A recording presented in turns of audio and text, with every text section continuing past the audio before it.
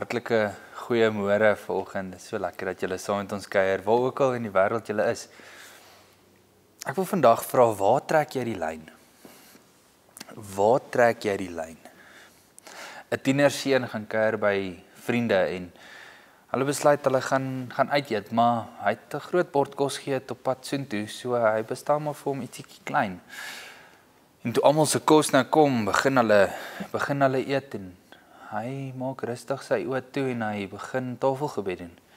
En almal kyk hom so verskrik aan en die een vriend van hom se sussie vra, "Wat doen jy?" Hy sê heel gemaklik, "Maar ek sê dankie vir my kos." Verbaasend kyk sy vir hom en sy sê, "Vir dit?" Kry so 'n glimlag op sy gesig. Hy sê, "Natuurlik. Hoendernuggets is ook 'n seën." Die Bybel ken ook sulke jong mense. Jong mense wat opstaan vir wat reg is. Opstaan teen 'n neerdrukkendheid. Ons lees in Daniël 3 van 3 jongmans, Sedrag, Mesach, Abednego, wat nie teen 'n koning rebelleer het om onnodig te wees nie, maar hulle het opgestaan teen 'n stelsel wat teen hulle geloof en hulle menswees gegaan het. En dit is die storie van die goue beeld wat koning Nebukadneser laat oprig het en bevel het dat almal wat die trompette en die musiekinstrumente hoor voor hierdie beeld moet buig. En hierdie 3 mans het net geweier. Kom ons bid saam. Hemelse Vader, dankie vir voorbeelde soos Daniël se vriende. Voorbeelde waar ons met gemaklikheid kan sien hoe dit lyk wanneer ons opstaan. Voorbeelde hoe ons kan sien waantoe die pad gaan.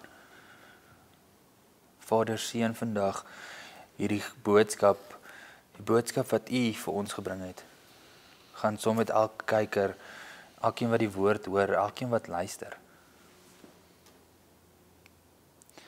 Vader, ek vra dat U die woorde wat hier gesê word, dat U dit sal seën en elke oor wat dit hoor, dat dit sal voel in hulle hart en dat hulle daarmee 'n verskil kan maak in die wêreld. Ek bid dit in U naam alleen. Amen. Sedrag, Mesach, Abednego. 3 name wat 'n verskil gemaak het. Maar hoe het hulle daai verskil gemaak? In Daniël 3 is die storie, soos ek genoem het, waar die koning 'n goue beeld opstel. En sy bevel is, elke keer as die trompette blaas of die fluitte fluit, wanneer ook al jy 'n musiekinstrument hoor, moet jy neerbuig en die beeld wat hy gemaak het aanbid. En dit was nie 'n klein beeld nie, dit beeld was 30 meter hoog. So dit was nie moeilik om hom te mis nie. Die ander deel van die bevel was, wie ook al dit nie sou doen nie, sou in 'n brandende oond gegooi word. En hierdie 3 vriende van Daniël, het net gesê nee. Hulle het dit nie op 'n astrante manier gedoen nie. Hulle het dit nie gedoen om onnodig te wees nie. Hulle het dit gedoen want hulle God vereis hulle om nie ander gode te aanbid nie. Daniël 3 vers 17 en 18 is wat hulle vir die koning antwoord. En ons sien in hierdie antwoord dat hoe hulle opstaan en wat hulle beginsels was teen die opstaan. Vers 17: Ons het ons God vir wie ons dien.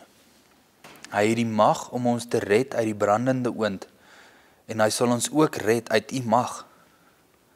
Selfs as hy dit nie doen nie, moet U weet ons U God nie sal dien nie. Die goue beeld wat U laat oprig het, nie sal aanbid nie. Vers 17 en 18 kies hierdie 3 vriende om op te staan teen die koning, ongeag wat gebeur. Ongeag of die koning hulle nou in 'n brandende oond gaan gooi, ongeag wat ook al. Sien, hulle het die bevel gehoor. Hulle het geweet hulle gaan brand. Tog kies hulle nog steeds om op te staan, om 'n reguit rug te kry teen wat op die oomblik besig is om te gebeur. 'n Man gaan soms sy vriend rappie toe en gedurende die game is daar 'n groep mans net so bietjie agter hulle en die mans is bietjie, sal mens dit stel, verbaal oor die spel, die ander span en selfs baie keer bietjie die ref.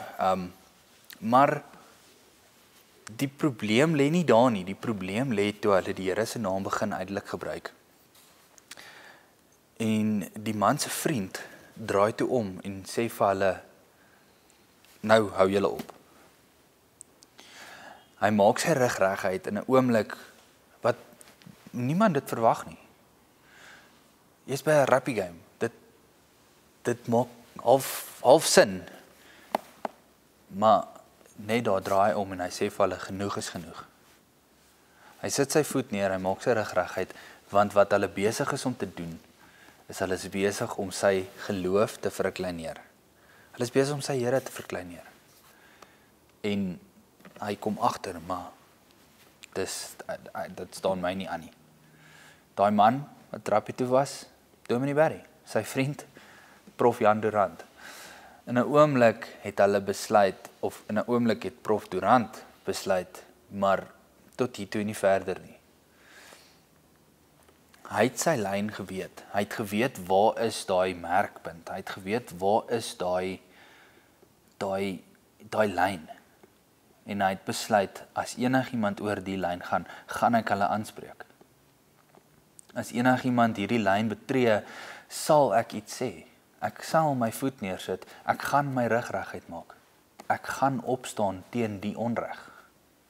Die tweede punt wat ek vandag wil maak, is wanneer jy opstaan.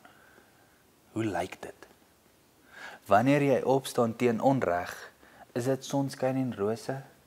Glad nie. En meeste van die tyd is dit juist die teenoorgestelde. Wanneer jy opstaan, gaan jy vuur kry. En ons sien dit in dieselfde storie van Daniël 3. Die vuuroond en toe Sedrag, Mesach en Abednego vir die eerste keer gesê het, hulle sal nie buig nie. Het die koning bevel gegee dat hulle die oond nog warmer moet maak. Die twee mans wat die oond gestook het toe doodgebrand as gevolg van die hitte wat van binne afgekom het. Maar nog steeds het die drie vriende gesê, nee, ons het ons God vir wie ons aanbid, ons gaan geen ander gode aanbid nie. En ons kan in Daniël 3 sien dat die koning tog 'n man van sy woord was, en die drie vriende word toe vasgebind, en hulle word in die oond gegooi. Maar dit is nie wat die koning sien nie. Vers 25, hoofstuk 3 sê, hy sê toe, maar ek sien dan 4 manne wat vry en ongedurend deur die vuur rondbeweeg. En die 4de lyk soos 'n hemelwese. God is saam met jou in daai vuur. In daai oomblik, ek sal dalk die Engels beter kan gebruik, in the heat of the moment, is God daar. Wanneer jy opstaan teen onreg en jy kry terugslaan, is jy nie alleen nie. God het nie die vlamme doodgeklap, sodat die drie vriende nie pyn het nie. Inteendeel, ons weet nie eers of hulle pyn of geen pyn gevoel het nie, want dit word nie genoem nie. Ons neem aan, daar was nie pyn nie, want hulle het uit die vuur uitgekom. Maar ek dink tog, hulle het die hitte gevoel. Ek dink tog, hulle het geweet, okay, ons is nou hier tussen vlamme, guys. Maar God was daar. God was in daai oomblik tussen die vlamme saam met hulle. Danny Petrie het in haar boek Silenced geskryf, because God doesn't promise the way will be easy, far from it, but He promises to carry us through, to give us the courage and the grace when we need it the most. He most often doesn't change the circumstances. He changes us. Sien, in daai oomblik verander God nie die omstandighede nie. Hy maak dit nie ewe skielik sonskyn en rose nie, maar hy verander iets in onsself, omdat hy saam met ons daar in die vlamme is. Die derde punt wat ek wil maak vanoggend. Jou gehoorsaamheid gaan en kan veranderinge bring. So ons het begin, in Daniël 3 het ons begin waar die beeld opgesit was en die bevel wat uitgevoer was. Almal moet voor die beeld buig. Toe sien ons hoe die 3 vriende nie teen die bevel optog nie, maar net teen dit besluit. Opstaan vir hulle geloof, opstaan vir wat reg is. Toe word hulle in die vuur ingegooi en God is saam met hulle in die vuur. Toe hulle uit die vuur uitgehaal was, het die koning 'n verskil gemaak. Die koning het toe 'n nuwe bevel aangestoot. Vers 28 lees, toe sê Nebukadnesar, aan die God van Sedrag, Mesach en Abednego kom die eer toe. Hy wat sy engel gestuur het, sy dienaars gered het. Hulle het op hulle God vertrou en hulle het die koninklike bevel verontagsaam en hulle was bereid om hulle lewe te verloor eerder as om enige God behalwe God te dien of te aanbid. Die verskil wat die 3 vriende gemaak het, was nie net in hulle lewe nie. Die verskil wat hulle gemaak het, was oor die hele koninkryk. Die feit dat hulle voet neergesit het, het God die eer gekry. Die feit dat hulle besluit het, maar genoeg is genoeg, ons gaan nie vir hierdie staan nie, was daar verandering. As jy vandag opstaan teen wat reg is, sê ek nie dat dit dadelik beter gaan nie. Maar in die toekoms is dit amper 'n waarborg. Die verskil wat jy vandag maak, gaan jy dalk nie dadelik sien nie, maar jou kinders, hulle gaan. Daai groep mense wat agter Prof Durant hulle in die rappie gestaan het, hulle het dalk se muur ophou laster daai dag. Maar wie weet, dalk was die saadjie geplant. Dalk was daar 'n oomblik in hulle gedagte waar hulle gedink het, ja, maar as daai ou kan opstaan, wat keer my om kerk toe te gaan? Wat keer my om dieselfde vir ander mense te doen? Want wanneer ons begin mense inspireer deur om op te staan wat reg is, dan leef ons bevel uit wat God vir ons gekry het. Om volgers van Christus te wees beteken nie net in die goeie tye nie. Dit beteken in al die tye. Ek vra weer, waar is jou lyn? Gebruik Daniël en sy 3 vriende as 'n voorbeeld. Jy kan opstaan vir wat reg is. Jy is nie te oud nie, jy is ook nie te jonk nie. Jy kan nog steeds opstaan. Dit gaan dalk nie altyd lekker wees nie. Ek bedoel nou die vuur waarin jy jouself gaan plaas. Maar die beloning daarvan, om te weet jy het 'n verskil vir God se koninkryk gemaak. Ek weet ek sal dit baie geniet. Soos dat jy vandag rustig raak, bietjie in die son gaan lê, vra jouself, waar is my lyn? Waar is my lyn? Amen. Kom ons bid saam.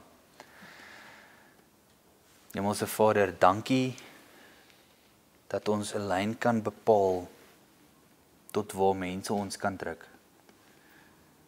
Maar dankie dat U vir ons die riglyne gee waar daai lyne moet wees, Vader, ons lees so baie in die Bybel wat reg is, wat verkeerd is. Gee ons die moed om op te staan wanneer iemand oor daai lyn gaan. Gee ons die moed om nee te sê vir onreg, om ons rug reguit te maak. Gee ons die moed, want ons weet U is saam met ons. Ons weet waar ook al ons gaan, is U daar. En dankie dat daai opstaan, daai rug reguit maak aksie 'n verskil maak. Dankie dat U dit so seën en so bless, dat wanneer dit gebeur, dan weet ons U gaan help om die verskil te maak. Die Heilige Gees is saam met ons al die dae van ons lewe. En ons sê vir U dankie daarvoor. Vader, dankie vir elke oor wat U boodskap gehoor het, elke hart wat U verander. Gaan saam met ons, wees saam met ons. Ons bid dit in U naam alleen. Amen. Daar gaan 'n skakel verskyn waar U finansiële bydrae kan maak tot die kerk. En dit is nie vir enige ander rede as om die evangelie van Christus verder te kan versprei nie. Ontvang die seën. Mag die Here jou seën en saam jou wees. Mag hy jou herinner wanneer om op te staan, wanneer om jou rug reguit te maak. Mag hy jou help om jou lyn te bepaal. En mag jy onthou dat hy saam met jou is, deur die vlamme en die vuur. Amen.